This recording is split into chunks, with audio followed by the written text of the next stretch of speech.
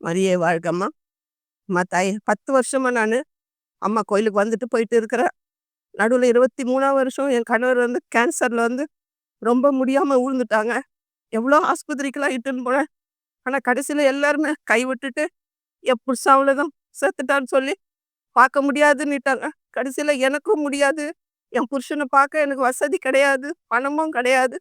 அப்போ ஒரு ஆசிரமத்தில் போய் சேருன்னு சொன்னாங்க. அப்போ தான் நான் எடுத்துன்னு போயிட்டு என் கணவர் எடுத்துன்னு போய் ஒரு ஆசிரமத்தில் சேர்த்தேன். அது எல்லாமே அம்மாவோட ஆலயம் மாதிரி தான். அது எல்லாமே அம்மா ஊழியக்காரங்க தான், மேரி அம்மா ஊழியக்காரங்க. அந்த அம்மா என் கணவரை வெளியே அனுப்பிட்டாங்க, அட்மிட் பண்ண மாட்டேன்ட்டு. ஆனாலும் அந்த சிஸ்டர் வந்து அந்த ஒரு நன்ஸ் மாதிரி வந்தாங்க, ஒரு உடுப்புக்கு கருப்பு உடுப்பு போட்டு. அந்த அம்மா வந்து நீ போம்மா உள்ள போ, உன் கணவரை நான் சேர்த்துக்கிறேன் அப்படின்ட்டு அங்கே ஆஸ்பத்திரியில் அட்மிட் பண்ணி என் கணவருக்கு பெரிய காரியம் செஞ்சேன். இந்த தாயை நான் ஒரு நாளும் மறக்க மாட்டேன். நான் மாசம் மாசம் வந்து போறேன், அம்மா கோயிலுக்கு வந்து போறேன். என் கால் வலி எடுத்து போட்டாங்க, இந்த கை வலி போட வாரம் முழுச என்னால் தூக்க முடியல. ஆனா இப்போ அம்மாவோட அற்புதத்தினால இந்த கை நான் நல்லா தூக்கி வேலை செய்யறேன். 10 ரூபா காசு நான் டாக்டர் வீட்டுக்கு நான் கொடுக்கல. மரியே வாழ்கம்மா வாழ்